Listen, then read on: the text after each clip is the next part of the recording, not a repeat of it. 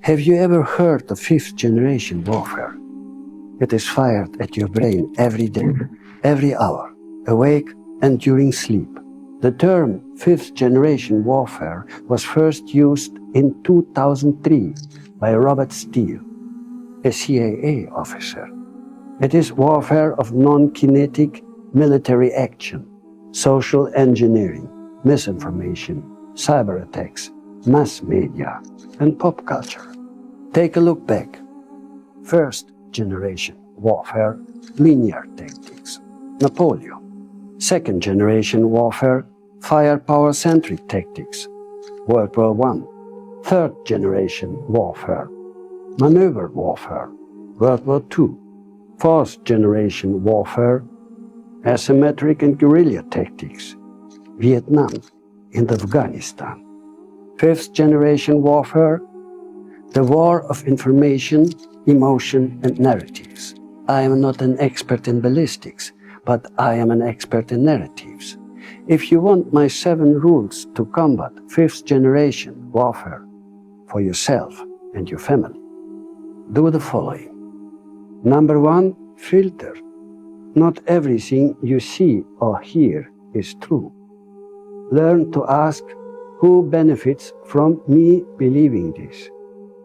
Understand the agenda behind the narratives. Number 2, silence. Turn off your phone, log off your social media.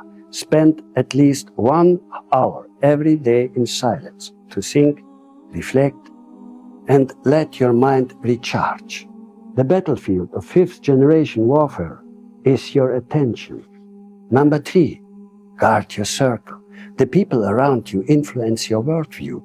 Surround yourself with honorable, grounded individuals who challenge and elevate you, not those who spread confusion or fear. Number 4, invest in analog skills. In a digital war, analog skills make you resilient. Learn things that cannot be hacked or manipulated. Self-defense, growing your own food, or building and fixing with your own hands.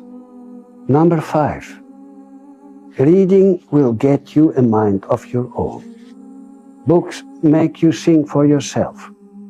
Read the classics, read history, read stories of people who overcame grim times.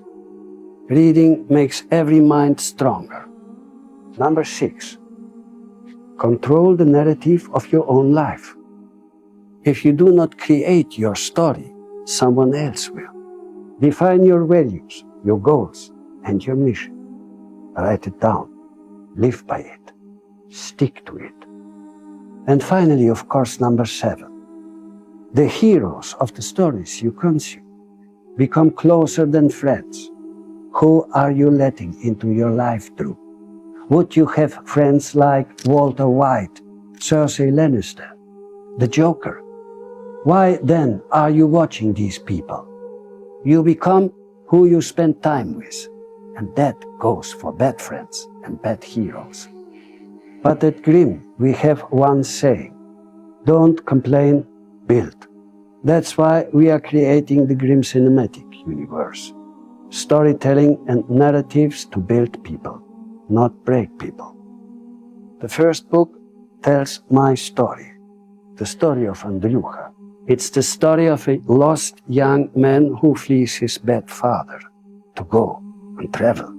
But after the new friend turns out to be a drug smuggler, it throws the hero into the dark prison of the Soviet Union, where he grows from boy to man, forced to survive by joining the ranks of the Russian mafia, the Vori в законе.